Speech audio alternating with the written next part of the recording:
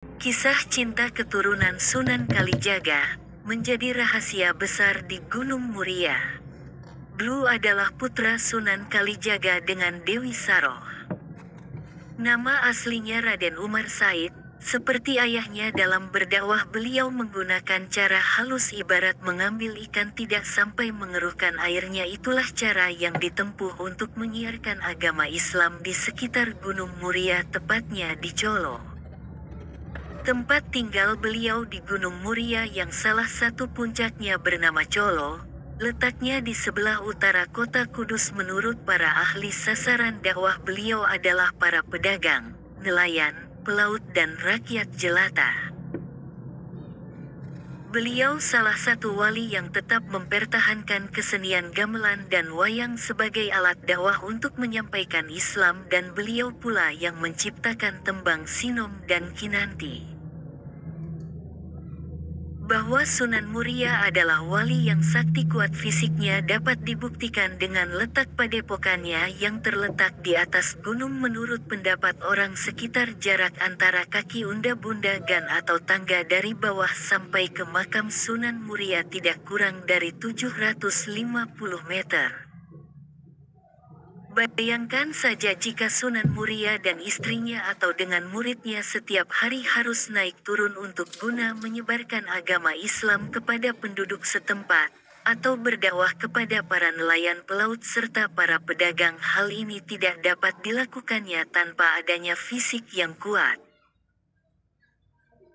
Soalnya menunggang kuda tidak mungkin dapat dilakukan untuk mencapai tempat tinggi Sunan Muria. Harus jalan kaki. Itu berarti Sunan Muria memiliki kesaktian tinggi. Demikian pula murid-muridnya. Bukti bahwa Sunan Muria adalah guru yang sakti mandraguna dapat ditemukan dalam kisah perwakawinan Sunan Muria dengan Dewi Roroyono.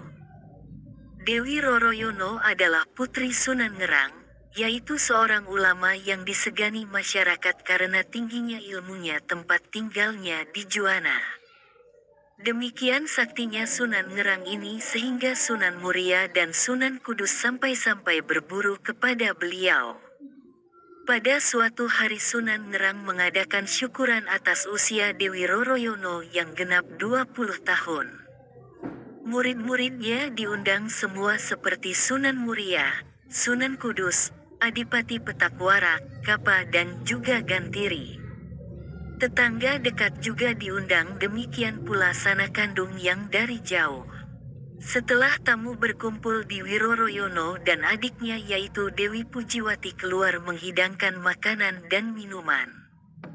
Keduanya adalah darah-darah cantik rupawan, terutama Dewi Roroyono yang berusia 20 tahun bagaikan bunga yang sedang mekar-mekarnya. Bagi Sunan Kudus dan Sunan Muria yang sudah berbekal ilmu agama dapat menahan pandangan matanya sehingga tidak terseret oleh godaan setan.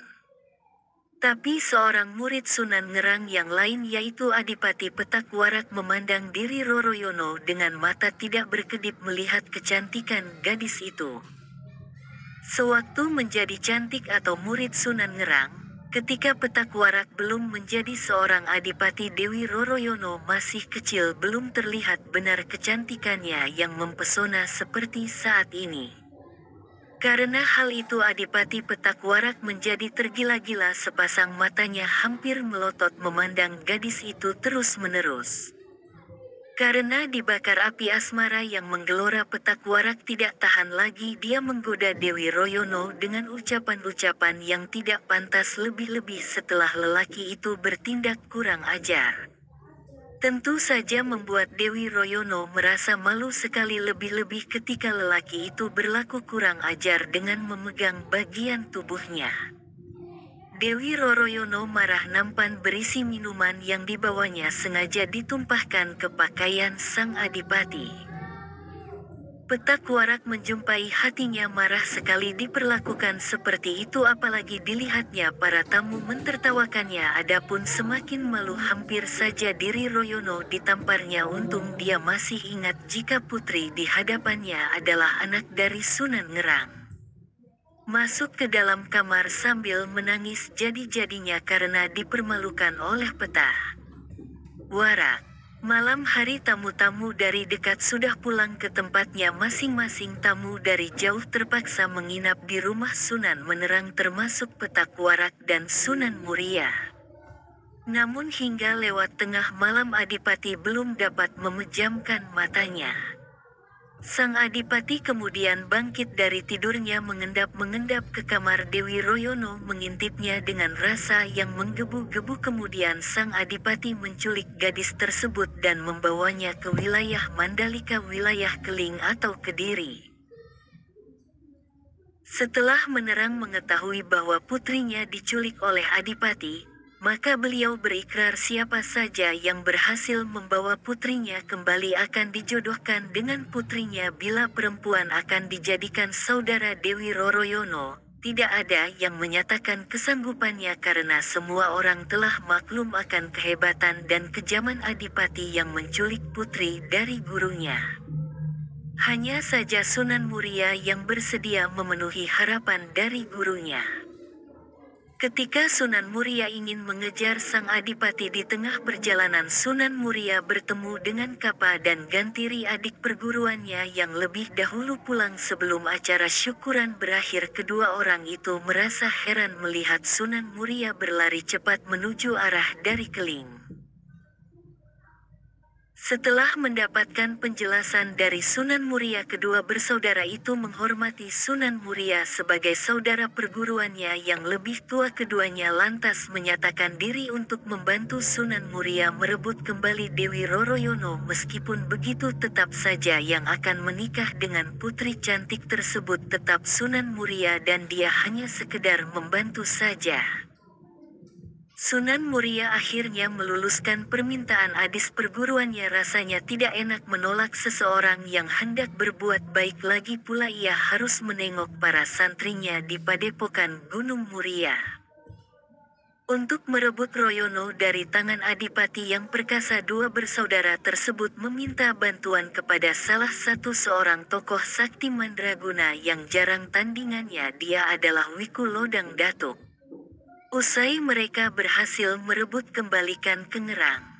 Hari berikutnya Sunan Muria hendak Tangerang ingin mengetahui perkembangan usaha dua bersaudara tersebut. Di tengah jalan beliau bertemu dengan Adipati yang tergesa-gesa.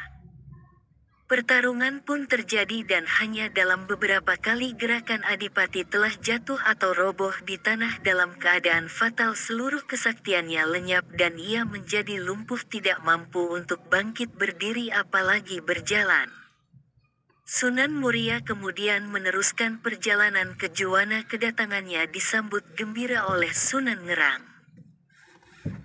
Karena dua bersaudara telah bercerita secara jujur bahwa mereka sendirilah yang memaksa mengambil alih tugas Sunan Muria mencari Dewi Roroyono, maka Sunan Ngerang pada akhirnya menjodohkan Dewi Royono dengan Sunan Muria. Upacara pernikahan pun segera dilaksanakan. Setelah itu Sunan Muria membawa Dewi Roroyono ke pondok pesantren di Gunung Muria.